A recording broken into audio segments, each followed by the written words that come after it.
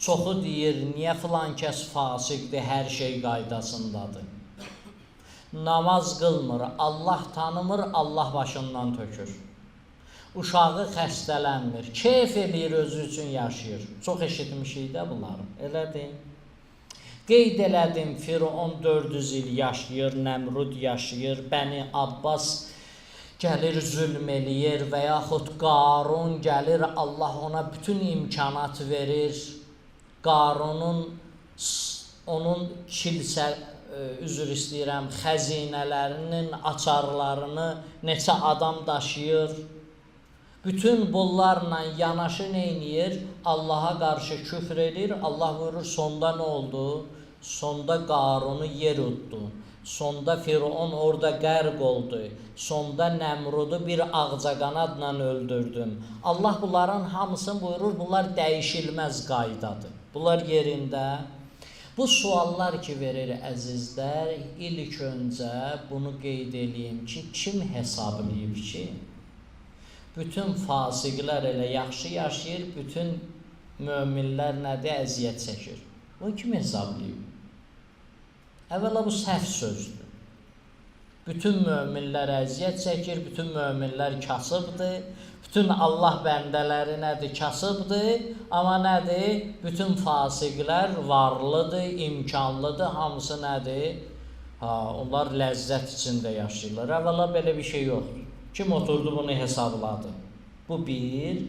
İkinci məsələdə, əgər hansısa fasiq, hansısa kafir bu dünyada yaşayırsa, bu dünyada əgər onun vəziyyəti yaxşıdırsa, rifahı yaxşıdırsa, Quran 4 yerdə bizə ayə buyurur. 4 yerdə Quran bizə başa salır ki, nə üçün o fürsəti vermişəm onlara.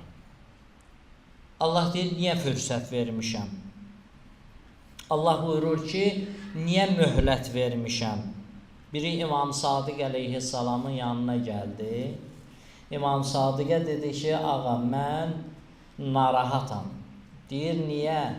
Deyir, çünki mənim pulum var. Nə istəyirəm Allahdan verir. Övlad istəyirəm verir. Mal istəyirəm verir. Hər şey istəyirəm Allah verir. Bir dəfə mənə yox deməyib. Mən çox narahatam. Bəlkə mən də o haldayam. Həzrət İmam Sadiq əleyhissalam bir dənə qayda deyir əzizlər. Bu qaydaya diqqət eləyək. Bu bizim həyatımızda varsa, bir müminin həyatında varsa, bunları niyə deyirəm əzizlər? Bəzi insanlar var. Onlar elə düşünürlər ki, mömin gərək elə nə gündə yaşasın filan. İmkanı varsa, mömin bu boyda imkana sahib ola bilməz. Niyə ola bilməz? Bu düşüncələr səhv düşüncələrdir. Bu səhv düşüncələrin içində itib batmayaq. Bu belə deyil. İmam Sadiq əleyhissalam buyurur ki, Əma vallahi bilhamdi la.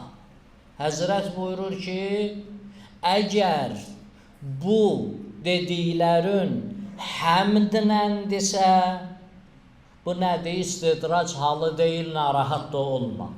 Yəni, sən Allahdan istəyirsən, Allah sənə övlad verir.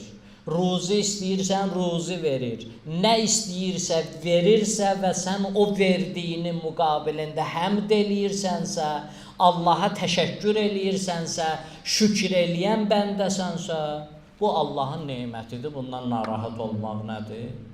Lazım deyil. Bu Allahın nemətidir. Yox, sənin şükrün yoxdursa, Allah tanımırsansa, qayda tanımırsan, qanun tanımırsan, Allahın hökmün tanımırsan və Allah başından tökürsə, bu bəladır. Bu qaydadır. İmam Sadiq əleyhissalam buyurur ki, bu qaydanı yadınızda saxlayın. Qeyd eləyəcəyim ayə, o ayələr ki, Allah buyurur, mən niyə möhlət vermişəm kafirlərə, zalimlara, fasiqlərə, niyə vermişəm? Birinci ayə budur ki, İmam Hüseyin əleyhissalam bunu Aşura günü sübhə kimi oxudu və xanım Zeynəb də bunu Yezidin sarayında oxudu. Bu həmən ayə idi. Yezid İmam Hüseynin başına çubuqla vururdu. Oturmuşdu. Xanım Zeynəblə başladı söhbət eləməyə. Gördün Xaliq neynədi, sizi rüsva elədi filan filan filan. Bunları dilinə götürürdü ki, Yezid da Muaviyədən törənəndir. Yezid bunu göstərirdi ki, yəni güya biz neynirik? Biz İslamı qəbul edirik. Amma halbuki Yezid dili ilə etiraf eləmişdi. Nə vəhiy gəlib, nə Cəbrəil gəlib. Bunlar Ali Muhammedin oyunu idi.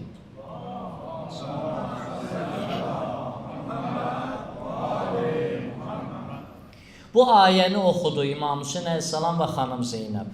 Və la yəhsəbənnəl-ləzīnə kəfəru ennəmə numli ləhum xeyrun li ənfusihim innəmə numli ləhum li yəzdədu ismən və ləhum əzəbun muhin.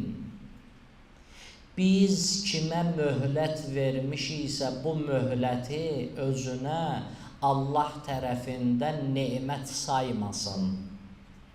Biz bu möhləti onlara vermişik, onların əzab yükləri neyniyək artıraq. Xarə edici əzab onlar üçün düzəldək. Bunu artırmaqla biz onlar üçün xarə edici bir əzab neynəmişik, hazırlamışıq, möhlət vermişik, böyütsün, əzab yükünü çoxalsın. Bu bir möhlətdir, bir ayə budur.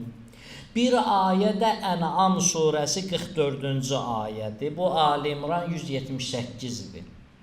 Fələmmə nəsu mə dukkiru bihi.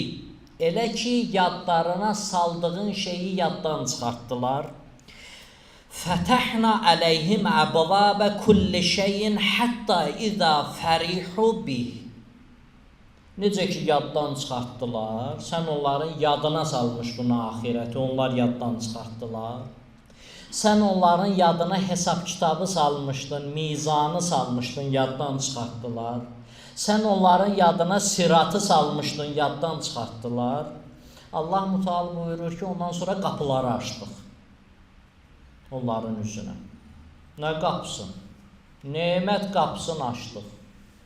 Pul gəlir. Övladlar hər şey qaydasındadır. Bütün işlər qaydasında gedir.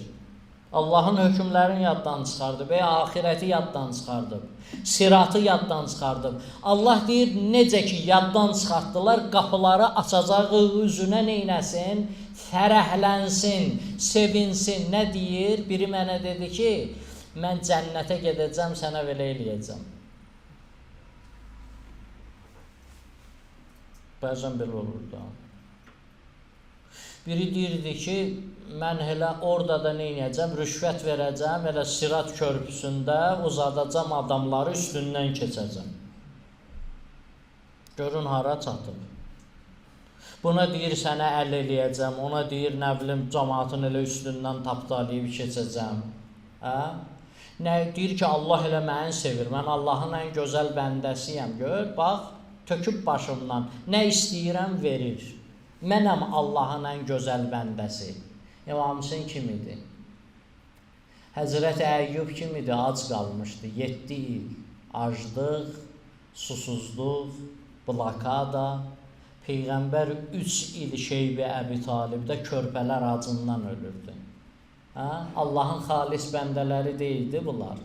Allah bunları sevmirdi. Elə bilirlər, Allah kimi sevdirsə, hər şey nə olacaq? Əla olacaq. Səni sevirsə, bütün bu şeylər əladır.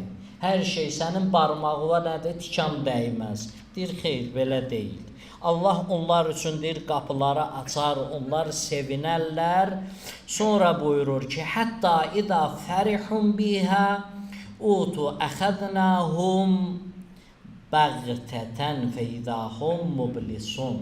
Sonra Allah buyurur, neynəyəcəm? Bir dəfəlik aciz vəziyyətinə onları salmış halda neynəyər? Allah buyurur, qəflətən onları yaxalayacam.